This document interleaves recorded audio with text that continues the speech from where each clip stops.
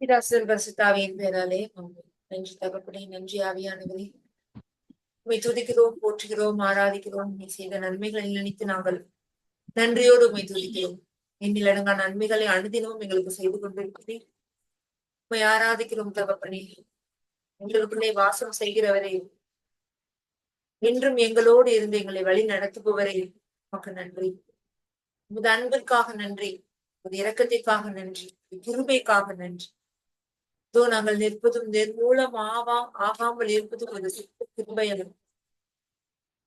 அதற்காக நன்றி செலுத்துகிறோம். உமது அன்பிற்காக நன்றி செலுத்துகிறோம். இதோ உமது வார்த்தையை எங்களுக்கு கொடுத்து நாங்கள் அனுதினம் எவ்வாறு வாழ வேண்டும் என்பதை எங்களுக்கு அனுதினம் கற்றுக் கொடுக்கிறோம். கரம் பிடித்து வழி நடத்துபவரே, நன்றி செலுத்துகிறோம். இதோ இந்த வார்த்தையானது எங்களுடைய வாழ்க்கையிலே இந்த வார்த்தைகளை நாங்கள் செயல்படுத்தும் பொழுது இதோ எண்ணிலடங்கா நன்மைகளை நாங்கள் பெற்றுக் கொள்கிறோம். இதோ இந்த வார்த்தை யாராருக்கெல்லாம் தேவையோ அவர்களுக்கும் சென்று அடைவதாக, தெளிவதாக. நன்றி தகப்பனே. ஒவ்வொருவருக்கும் ஒவ்வொரு வார்த்தை ஒன்றே மருந்து. எல்லா பிரச்சனைக்கும் இந்த வார்த்தை ஒன்றே தீர்வு என்பதை இந்த உலக மக்கள் அனைவரும் அறிந்து கொள்வார்களாம். அதற்காக மட்டுமே நாங்கள் பிரயாசப்படுவோம். நன்றி தகப்பனே. இதோ எங்கெல்லாம் தேவையோ அங்கெல்லாம் இதெல்லாம் ஒரு வார்த்தை இருள் இருக்கிறதோ அந்த இடத்துலதான் இந்த ஒளியான வார்த்தை செல்வதாக எங்களை நீ பூட்டி செல்ல போகிற கிருபைக்காக நன்றி செலுத்து. நன்றி தகப்பனே. அதற்காக நீ எங்களை ஆயத்தப்படுத்திக் கொண்டிருக்கிற நன்றி தகப்பனே. நன்றி ராஜா. இயேசுவின் நாமத்தில் நாங்கள் ஜெபிக்கிறோம் ஜீவன நல்ல பிதாவே.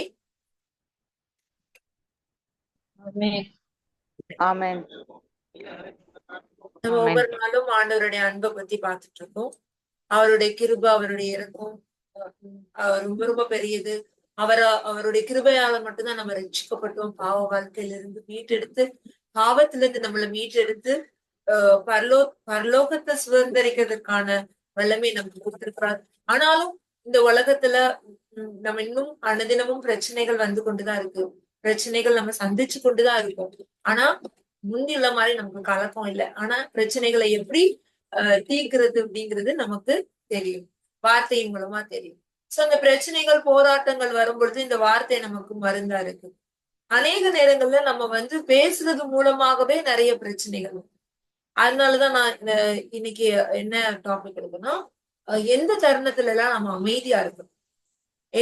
அமைதியா இருக்கிறது, அதாவது பிரச்சனை வரும்போது மட்டும் இல்லை, ஏதோ ஒரு ஆர்குமெண்ட் வந்திருக்கும் போது மட்டும் இல்லை.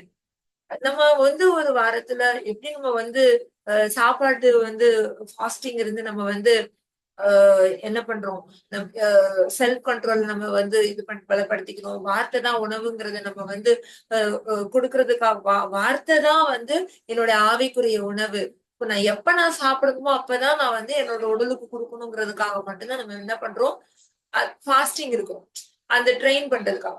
சோ அதே மாதிரி பேசுறதுலயுமே நம்ம ஃபாஸ்டிங் இருக்க கத்துக்கணும்.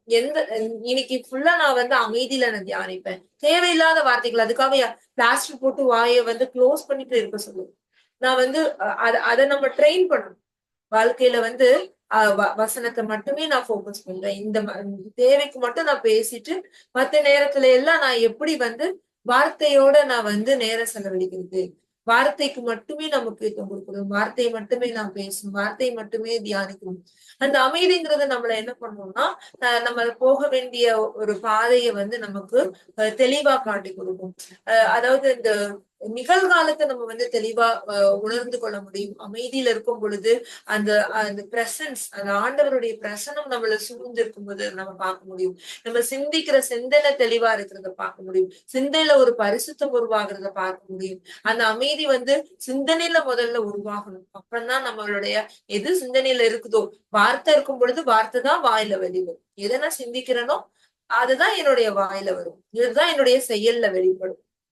சோ சிந்தனையில நான் முதல்ல தூய்மையானதா இருக்கணும். வார்த்தையை நான் சிந்திக்கணும், அதை நான் தியானிக்கணும், அதை மட்டுமே நான் பேசணும். அது அப்படி அந்த மெடிடேஷன், இந்த தியானம், அதை நான் எப்படி நான் என்னோட நடைமுறை வாழ்க்கையில நான் பயன்படுத்தலாம் அப்படிங்கறத நம்ம இன்னைக்கு பார்க்கலாம். சோ அந்த பவர் ஆஃப் சைலன்ஸ் அப்படின்னா மௌனத்தின் ஆசீர்வாதங்கள் அப்படிங்கறத சொல்லலாம்.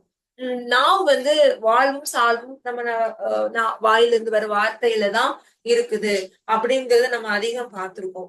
நீதிமொழிகள் 18:21 வாழ்வும் சாவும் என் வாயிலிருந்து வரக்கூடிய வார்த்தைகள்ல தான் இருக்குது. பேசாமல் இருந்தால் மூடனும் கூட ஞானி என அழைக்கப்படுவான். இதுவும் வந்து நீதிமொழிகள் 17:20 எத்தனாவது வசனம், 17வது அதிகாரத்துல வரும். நீதிமொழிகள் 17:28.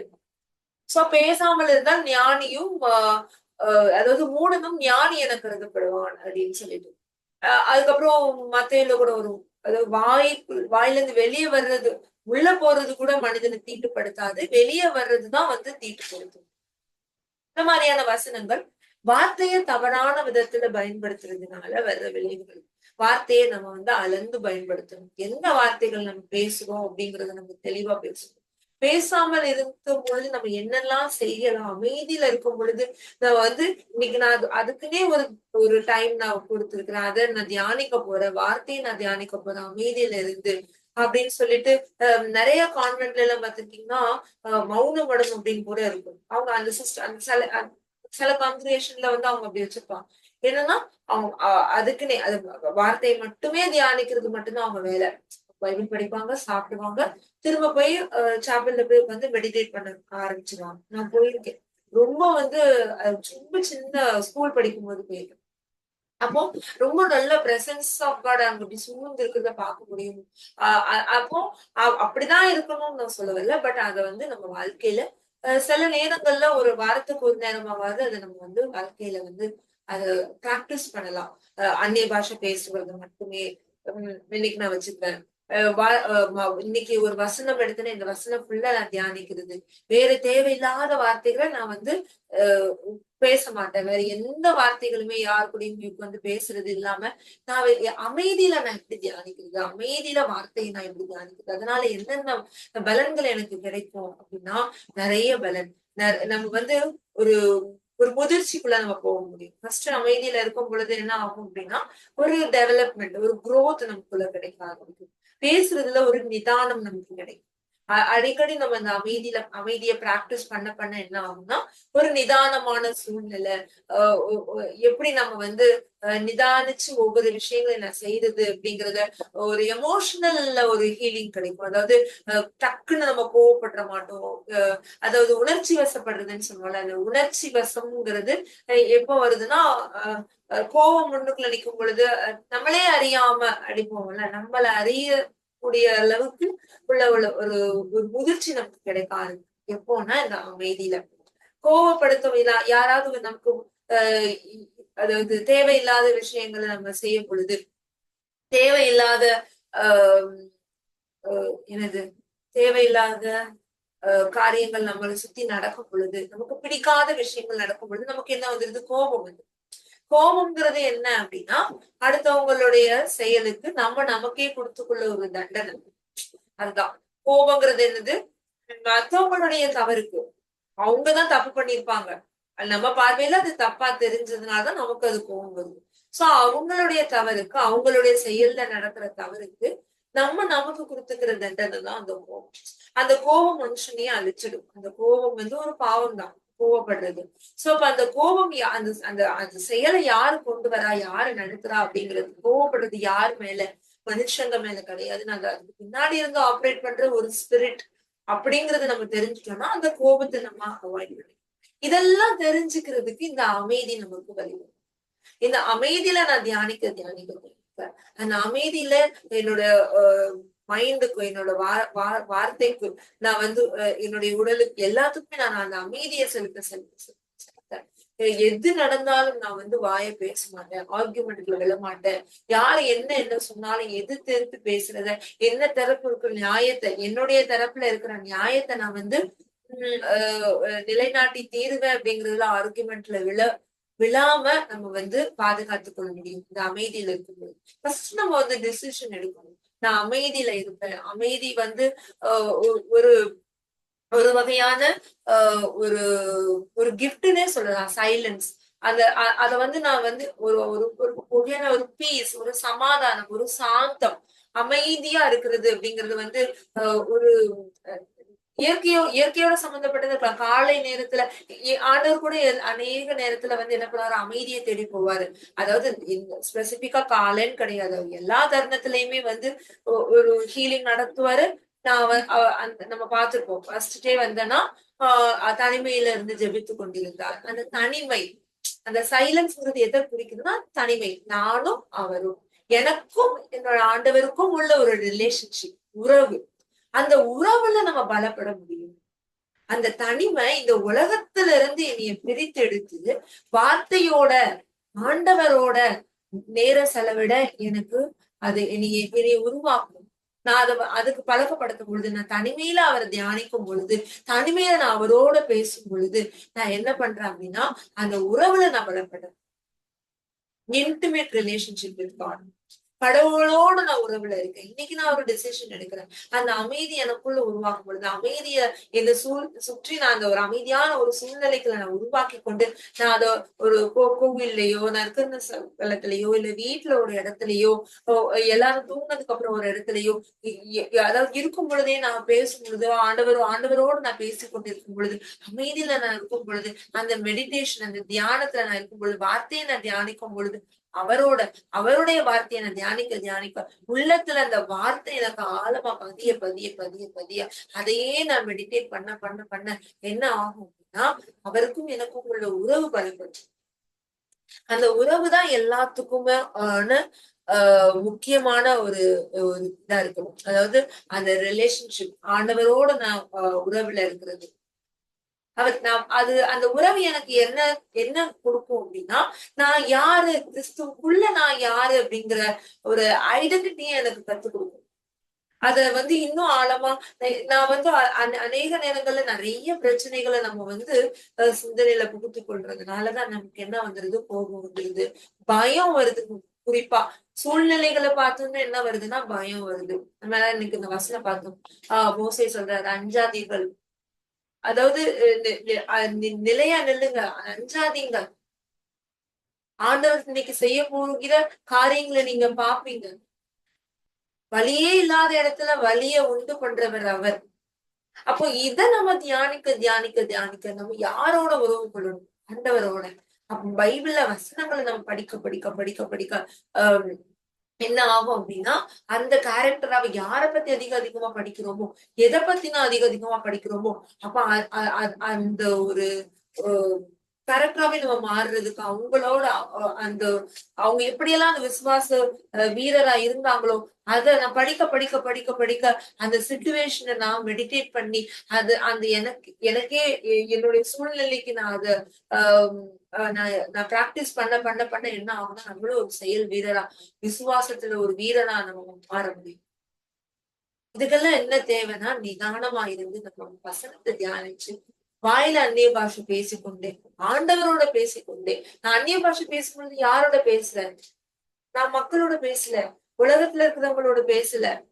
உலகத்துல இருக்கிற அந்த சோசியல் மீடியாவை பார்த்துட்டு அதனால அது நேரத்தை போக்கிட்டு ஒரு என்டர்டைன்மெண்ட் அப்படிங்கிறது சொன்னாங்க. பொழுதுபோக்கு சாதனம், பொழுது போக்குறதுக்காக.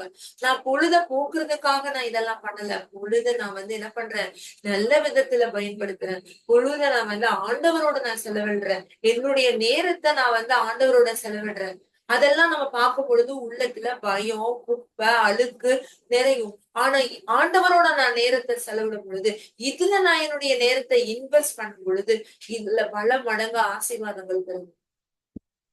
இதெல்லாம் பெருகுங்கிறதுக்காக நான் செய்யல.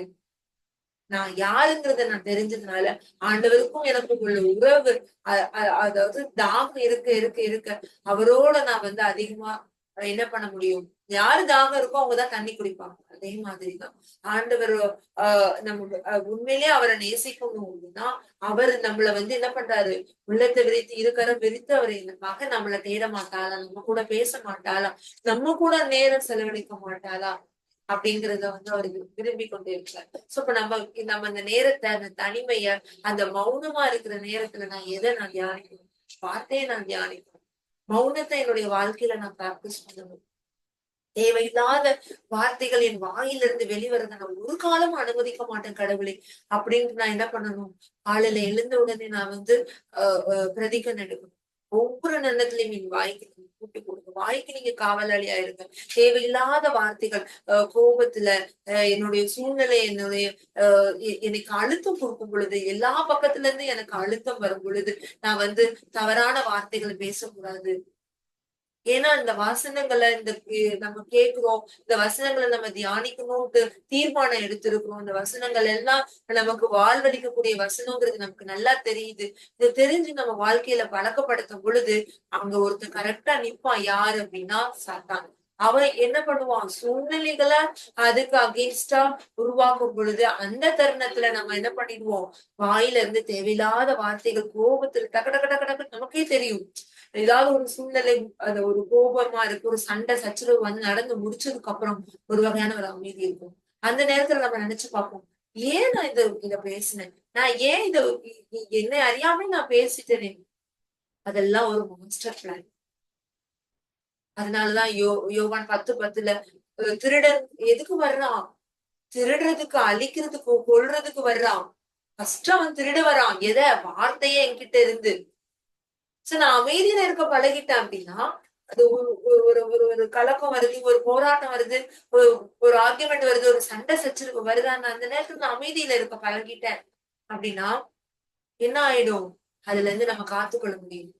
அவன் நம்மள திருட முடியாது. வாயில இருந்து ஒரு சொற்கள் இது வந்தாதானே அது என்னுடைய வாழ்க்கையில நடக்கும். வாயில அந்த தருணத்துல நான் அமைதியா இருக்கு. அதனாலதான் அமைதியா இருக்க கற்றுக்கொள்ளணும். எல்லா தருணத்திலயும் நம்ம அமைதிய ஒரு ஒரு பார்ட் ஆஃப் லைஃபாவே நம்ம பிராக்டிஸ் பண்ண பண்ண பண்ண பண்ண அது நமக்குள்ளே ஒரு ஒரு ஹேபிட்டா அது மாறிடும். அதுக்காக எல்லாரும் யாரு கூடயுமே பேசக்கூடாது, அமைதியில தான் இருக்கணும். நீங்களும் அந்த மௌன படத்துல இருக்கிற சிஸ்டர்ஸ் ஃபாதர்ஸ் மாதிரி நம்மளும் அமைதியா தான் இருக்கணும். நான் கிறிஸ்துக்குள்ள இருக்கேன் அப்படி சொல்லுவாரு. வார்த்தைக்கு எதிரான வார்த்தைகளை நான் பேசணும். அமைதியில இருந்து நான் வார்த்தையை தியானிக்கும். தேவையில்லாத ஒரு ஆர்குமெண்ட்ல தேவையில்லாத விஷயங்களை நான் ஆர்கியூ பண்றதை நான் தவிர்க்கும் பொழுது இது எதுக்கு எனக்கு வழிவகுக்கும்னா, எதுக்கு எனக்கு உதவி செய்யும் அப்படின்னா, பிரச்சனை வரும் பொழுது என்னை யாராவது தவறா பேசும் பொழுது அந்த அமைதியை நான் பிராக்டிஸ் பண்ணணுங்கிறது எனக்கு தெரியும். இந்த நேரத்துல நான் பேசக்கூடாதுங்கிறது எனக்கு தெரியும். அதுக்கு நமக்கு உதவி செய்யும்.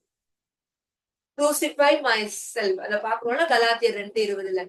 nevertheless I live. இப்ப என்னை யாராவது கடுஞ்சொல் சொல்லும் பொழுது, என்னை யாராவது பழிச்சொல் சொல்லும் பொழுது நான் என்ன பண்றேன்? ஆண்டவரோடு நான் சிலுவையில் அறையப்பட்டிருக்கேன். நான் வாழ்றது நான் இல்ல, கிறிஸ்து எனக்குள்ள இருக்கிறார். அப்ப அந்த வசனம் என்னோட பேசும் பொழுது நான் வாயை திறக்க மாட்டேன். எனக்கு கோபம் வராது. என்னையே சொல்றாங்கிறது எனக்கு வராது. நான் கிறிஸ்துவ முன்மாதிரியா வைத்து நான் வாழ்க்கையில வாழும் பொழுது அவர் எப்படி இருந்தாரா நம்ம பாக்குறோம். ஐசாயா 53:7 பாக்குறோம். வாய் தரவா ஆட்டுக்குட்டியா இருந்தாரு. பாக்குறோம்ல, 53:7 ஐசாயா 53வது அதிகாரம் 7வது வசனம். அவர் ஒடுக்கப்பட்டார், சிறுமைப்படுத்தப்பட்டார், ஆயினும் தன் வாயை திறக்கவில்லை. அடிப்பதற்கு இழுத்து செல்லப்பட்ட ஆட்டுக்குட்டி போலும், ரோமம் கத்தரிப்போர் முன்னிலையில் கத்தாத செம்மறி போலும் அவர் தம் வாயை திறவாதிருந்தார். அப்ப நம்ம யார முன்மாதிரியா கொண்டு இருக்கணும்? பிரச்சனை வரும் பொழுது, யாராவது நம்மளை எதிர்த்து வரும் பொழுது, ஒடுக்கப்படும் பொழுது, சிறுமப்படுத்தப்படும் பொழுது, நம்மளை இழிவா பேசும் பொழுது நம்ம பக்கத்துல இருக்கிற நியாயத்தை எடுத்து சொல்லணும்னு அவசியம் இல்லை. இயேசு கிறிஸ்து எல்லாத்தையும் அறிவார். நம்மளுடைய உள்ளத்தை அறிவார், நம்மளுடைய செயலை அறிவார். நம்மளுடைய செயல் மட்டும் இல்ல, நம்ம ஆள் மனதுல இருக்கிற விருப்பு வெறுப்பு, நம்மளுடைய உள் மனது, நம்ம என்ன நினைச்சிட்டு இருக்கோம், எதை சிந்திக்கிறோம், எல்லாத்தையும் அவர் அறிவார். நம்ம யாருக்கிட்டையும் போய் நம்மள நியாயப்படுத்தணும்னு அவசியமே இல்லை.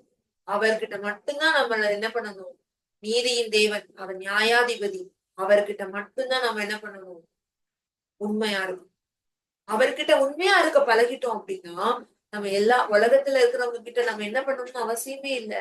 நம்மளுடைய உண்மைத்தனத்தை நம்மளுடைய நியாயத்தை நம்ம வந்து ப்ரூவ் பண்ணணும்னு அவசியமே இல்லை. எந்த எவிடன்ஸ் நம்ம சொல்ல வேண்டாம்.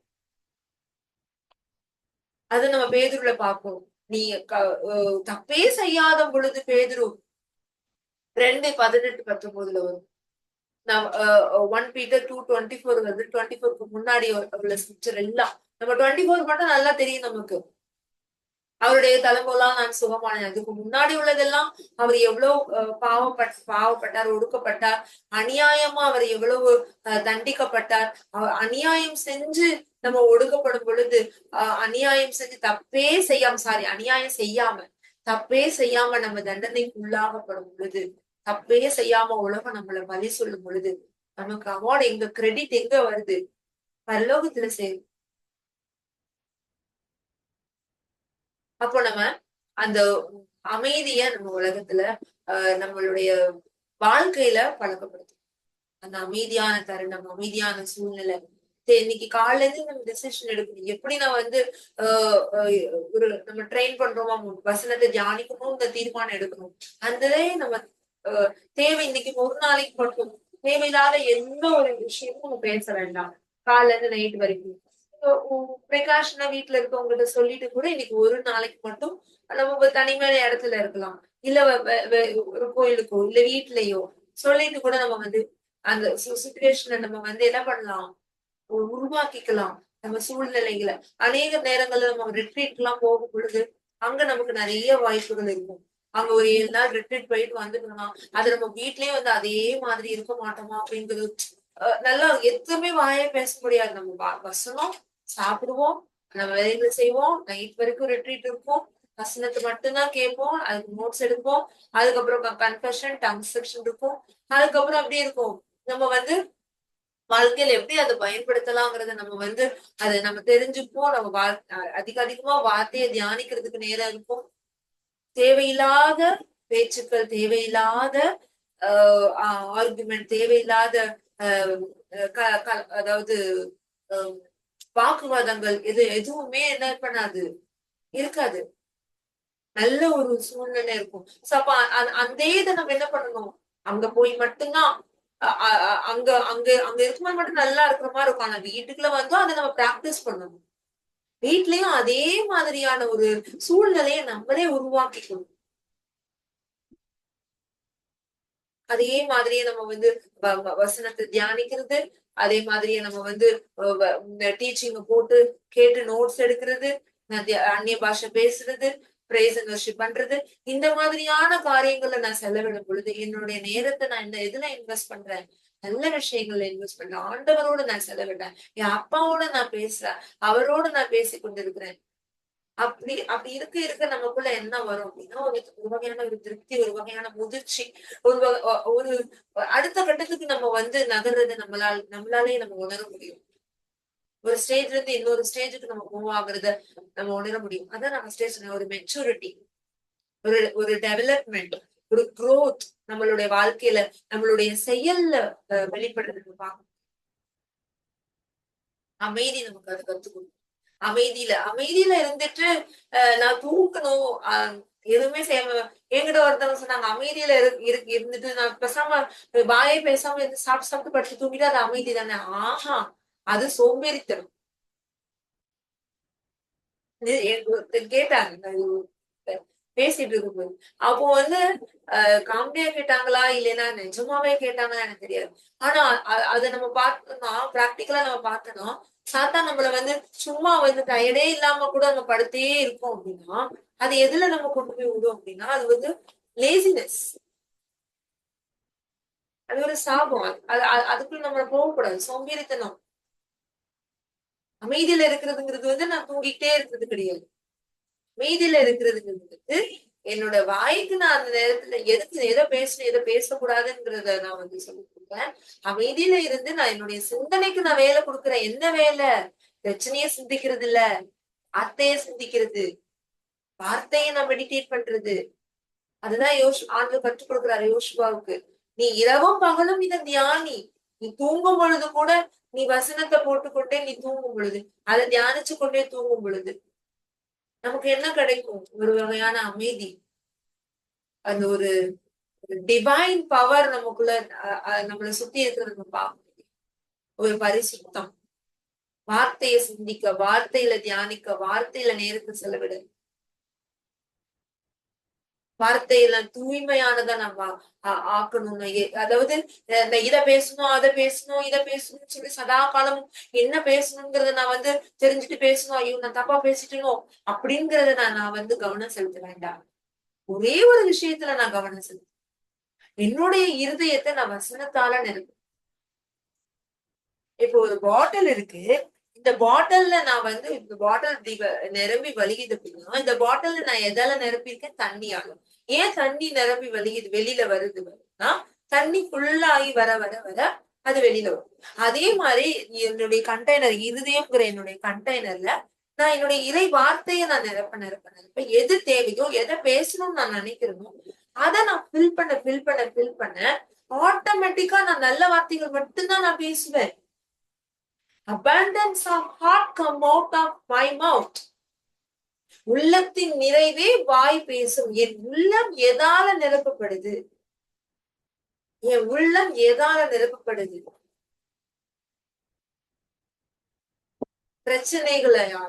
பிரச்சனையாலையா, சூழ்நிலையால நிரப்பப்படுதா? தேவையில்லாத வார்த்தைகளை, தேவையில்லாத எனக்கு அநியாயம் செஞ்சா அந்த துரோகத்தை, கசப்பு தன்மையால நிரப்பப்படுதா? உலகத்துல இருக்கிற தேவையில்லாத விஷயங்கள், செய்தி, அந்த பொய், அதாவது இப்ப இன்னைக்கு சுத்தி சோசியல் மீடியால எக்கச்சக்கமா இதெல்லாம் டிவில மட்டும்தான் வந்தது. இப்போ ஒரு நம்ம ஒரு மெசேஜ் கேட்டுட்டு இருக்கோம் அப்படின்னா அதுல அட்வர்டைஸ்மெண்ட் வரும். அதுல கூட நான் உள்ள நுழைய தேவையில்லாத விஷயம். அது எல்லாமே ஒரு விதை. அதால நான் என்னோட இதயத்தை நிரப்புறேன். எது தேவை, எது தேவை இல்லைங்கிறத நான் தெரிஞ்சு நான் என்னுடைய வாழ்க்கைய நான் நடத்துறேன். என்னோட இருதயத்தை நல்ல விஷயங்களால நிரப்ப என்னுடைய சிந்தனைகள்ல ஒரு உண்மையான பரிசுத்தத்தை நான் உருவாக்க எதை சிந்திக்கணும், நல்ல விஷயங்களை சிந்திக்கணும், நல்ல வார்த்தைகள், இறை வார்த்தைகளை மட்டும் நான் சிந்திக்கணும்ங்கிறத தீர்மானம் எடுத்து அதை மட்டுமே நான் தியானிக்க எதுவும் என்ன அந்த உலகத்துல இந்த வார்த்தையை நான் சிந்திக்கணும். வார்த்தையை மத்தவங்களுக்கு கொண்டு போய், பிரச்சனையில இருக்கிறவங்களுக்கு போய் இந்த வார்த்தையை நான் கொடுக்கணும். இந்த உலகத்துக்கு நான் உப்பா ஒளியா இருக்கணும். சுயநலமாக இருக்கிற வாழ்க்கை வேண்டாம். நான் என் குடும்பம் எனக்காக மட்டும் நான் ஜெபிச்சது வேண்டாம்.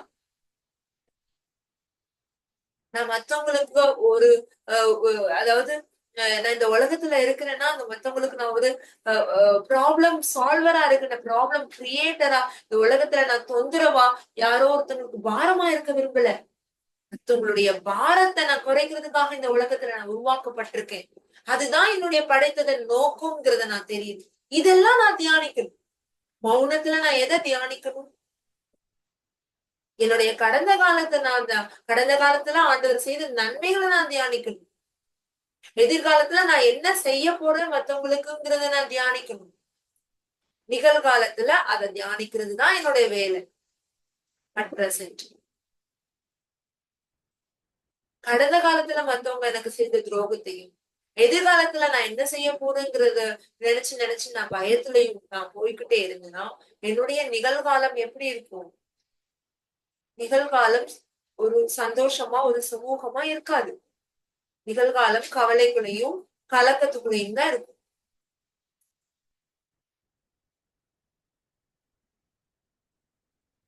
இன்னைக்கு இந்த தருணத்துல நான் செய்ய வேண்டிய விஷயம், நான் எதை செய்யணும் அப்படிங்கறத நான் தீர்மானம் எடுக்கணும்.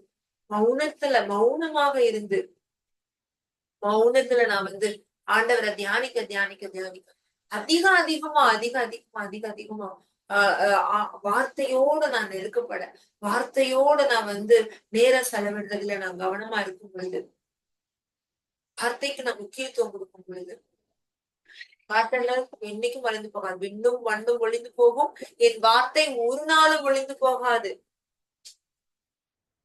இதெல்லாம் நம்ம வார்த்தையோட முக்கியத்துவம் நமக்கு தெரியுது. எந்த மாதிரி வார்த்தைகள் பேசணுங்கிறது எனக்கு தெரியுது. சோ நான் எதால என்னுடைய இதயத்தை நிரப்ப? வார்த்தையால். அதை நிரப்பும் பொழுது என்னோட வாயில இருந்து ஆட்டோமேட்டிக்கா வார்த்தை மட்டும்தான் வெளியே வரும். சோ நம்ம அதிகமா இன்னொரு வசனம் பார்க்கலாம். அபாக்கு 2:20 ஆயிடுச்சு. இதுலயுமே வந்து எல்லாத்துலயுமே வந்து அமைதியா இருக்கிறது வந்து வசனம் இன்னும் நிறையவே இருக்கு. அடுத்த வாரம் கூட தொடர்ந்து பார்க்கலாம். 2வது அதிகாரம் 20வது வசனம். அவங்க சொல்றாங்க பாரு, ஆண்டவர் தம் புனித கோவில் வீற்றிருக்கிறார், அவர் திருமுன் மண்ணுலகம் எங்கும் மௌனம் காப்பதாக. அப்ப ஆண்டவர் முன்னாடி நான் மௌனம் காக்கணும். ஆண்டவர் முன்னாடி நான் மௌனம் காக்குறது அப்படின்னா என்னன்னா, அவர் முன்னாடி நான் வந்து அமைதியில அதாவது வார்த்தையை நான் தியானிக்கிறது. வார்த்தையை நான் வந்து மௌனமாக இருந்து நான் வந்து என்ன பண்றேன், வார்த்தையை நான் வந்து இரவும் பகலும் சிந்திச்சு அதை நான் தியானிக்கிறேன். அதுல எழுதி இருக்கிறத நான் தியானிக்கிறேன்.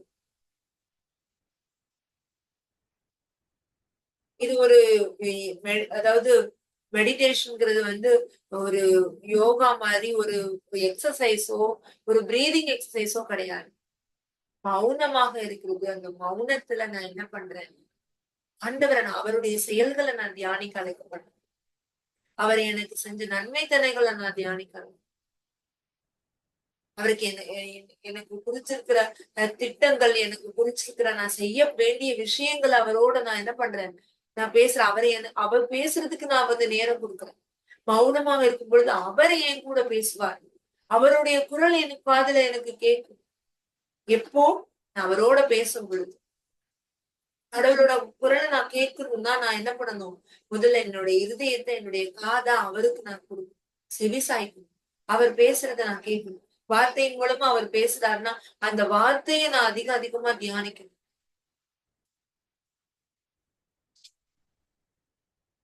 ஓகே, நம்ம இன்னைக்கு பார்த்த வசனங்கள் எல்லாம் நம்ம ஞாபகம் வச்சு நம்ம எதனால நாம வந்து அமைதியில இருக்கணும், எதுக்கு நம்ம வந்து அதிக முக்கியத்துவம் கொடுக்கணும், வசனத்துக்கு முக்கியத்துவம் கொடுக்கணும் அப்படிங்கறத நம்ம வந்து ஃபர்ஸ்ட் நமக்குள்ள growth ஏற்படுது. அந்த growthன் மூலமா கடவுளுடைய மகிமை வெளிப்படுது.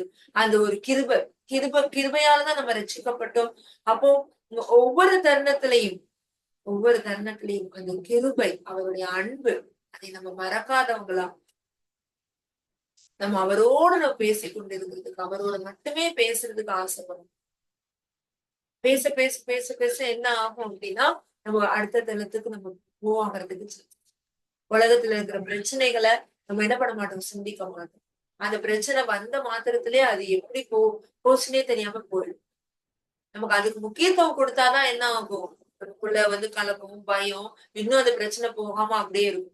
நம்ம அதை பத்தியே சிந்திக்காம விட்டுட்டோம்னா அதுக்கான தீர்வா வசனத்தை எடுத்து தியானிக்க நம்ம எல்லாமே நம்மளை விட்டு போறத நம்ம பார்க்க முடியும். முடிச்சிடலாம். தகப்பனே, ஏதாவது டவுட் இருக்கா? இல்ல. நன்றி தகப்பனே, நன்றி ஆவியானவரே, நன்றி அப்பா. இதோ இந்த நேரத்துல நீங்கள் மௌனமாக இருப்பது எப்படி என்பதை எங்களுக்கு கற்றுக் கொடுத்தீங்க. மௌனத்தின் பயன்கள் ஏதோ மௌனமாக அமைதியாக இருக்கும் பொழுது எதெல்லாம் நாங்க பெற்றுக்கொள்ளலாம், நீங்க எந்த தருணத்துல எல்லாம் அமைதியாக இருந்தீங்கிறத நாங்க கற்றுக்கொண்டோம். இதோ உங்களை அடிக்கும் பொழுது, உங்களை சிறுமப்படுத்தும் பொழுது, இனிமைப்படுத்தும் பொழுது நீங்க வாய் திறக்கல. இப்ப பக்கத்துல இருக்க நியாயத்தை நீங்க எதிர்த்து பேசணும். இதோ இதே மாதிரியான தருணங்கள் எங்களுக்கு நிறைய நேரத்துல வந்து உண்மை நாங்கள் முன்மாதிரியாக கொண்டு ஒவ்வொரு தருணத்திலையும் நாங்க வாழ ஆசைப்படுறோம். நன்றி தகப்பனே. இது அந்த மௌனமாக இருப்பது என்பது உங்களுடைய வார்த்தையை நாங்கள் சிந்திப்பது இதோடு நேரம் செலவிடுறதா இருக்கும். இந்த உலகத்தை விட்டு நாங்கள் பிரித்தெடுக்கப்பட்டவர்கள் என்பதை நாங்கள் அனுதினமும் உணர்ந்தவர்களாய் நாங்கள் வார்த்தைக்கு மட்டுமே முக்கியத்துவம் கொடுத்தவர்களாய் நாங்கள் வாழ்வோம், இருப்போம் என முடிவெளிக்கிறோம். இயேசுவின் நாமத்தில் ஜெபிக்கிறோம் எங்கள் ஜீவனுடைய நல்ல பிதாவே. ஆமென். Amen. Amen. Thank you, Marita. God. Thank you.